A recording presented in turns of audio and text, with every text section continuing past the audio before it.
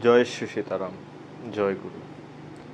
আজকে আমরা জানব নামের মাধ্যমে কিভাবে আমাদের শরীরে অবস্থানরত ষটচক্রকে জাগরণ করা যায় বা কুণ্ডলী শক্তি জাগ্রত হয়।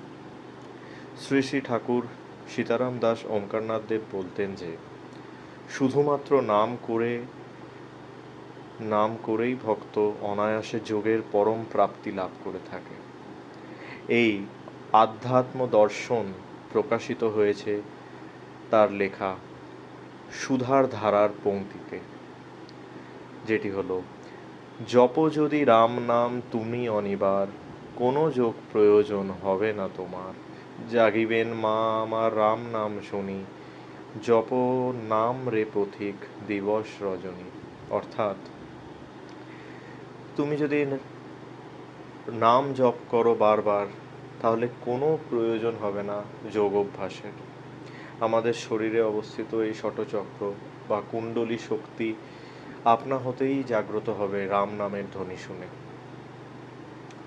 এখানে রাম নামের কথা উল্লেখ করা হয়েছে ঠিকই, কিন্তু ভগবানের যে কোনো নামেই সমান সামর্থ্য রয়েছে কুণ্ডলী শক্তিকে জাগ্রত করার, যতটুকু সীতারাম বাবাজি তার গ্রন্থাবলীতে উল্লেখ করে গিয়েছেন।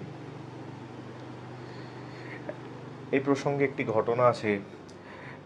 ঠাকুর শ্রী সীতারাম দাস ওমকারনাথ দেব বাবাজি যখন শ্রী রামদয়াল মহারাজজির কাছে যোগ অভ্যাসের শিক্ষা গ্রহণ করতে যায়, তখন উনি ঠাকুরকে যোগের কিছু ক্রিয়া ও মুদ্রা শেখান, কিন্তু সেসব অনুষ্ঠান করতে সীতারামজি অক্ষম হয় এবং যখন দয়াল মহারাজের কাছে সেই অক্ষমতা তিনি নিবেদন করেন, তখন উত্তরে তিনি বলেন, জপ করে কাজ ছেড়ে রেখেছ, নামবে কি করে?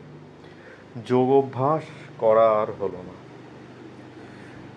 অর্থাৎ কেবলমাত্র নাম জপের মাধ্যমেই সাধক তার শরীরের ষটচক্রকে জাগ্রত করে কুণ্ডলিনী শক্তিকে ঊর্ধ্বগামী করে